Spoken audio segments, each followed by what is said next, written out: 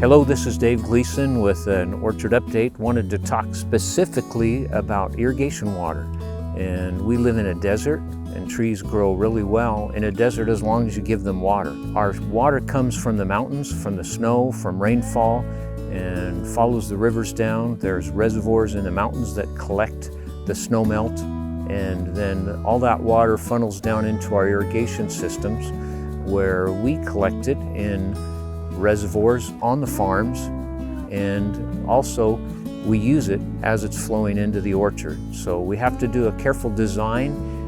Irrigation management requires precision, so we know first of all how big an orchard is and how much water we're going to apply per acre in, say, gallons per minute per acre. But then we design a system that will spread the water out in the best way that gives us optimum use of that water, optimum efficiency, so that we never have any waste. One of the important tools we have on the farm is a farm side reservoir. So from our irrigation district, we're allotted a certain amount of water per day. And that flows in minute by minute, hour by hour, 24 hours a day.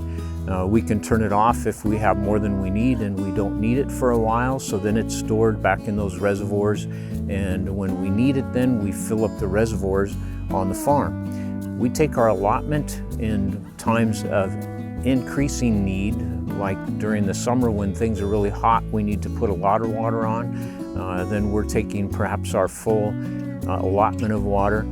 And there are certain events, though, that require an increased amount of water. We can prevent sunburn on the fruit and heat stress on the trees by hydrocooling in the afternoons. So there's a period of time where, again, we may want to put water on the whole 100-acre orchard and put it overhead over the trees in a mist or a fog, or less gallons per minute, but sufficient to cool the orchard, cool the leaves, and evaporate off the fruit, which helps prevent sunburn. That's another time when we hold the water during the night and then apply it in that hottest part of the day to the whole ranch. So it's a very interesting process and very scientifically designed to optimize the efficiency and the application strategy so that it's applied evenly across the whole orchard. Details are important. Thanks for watching.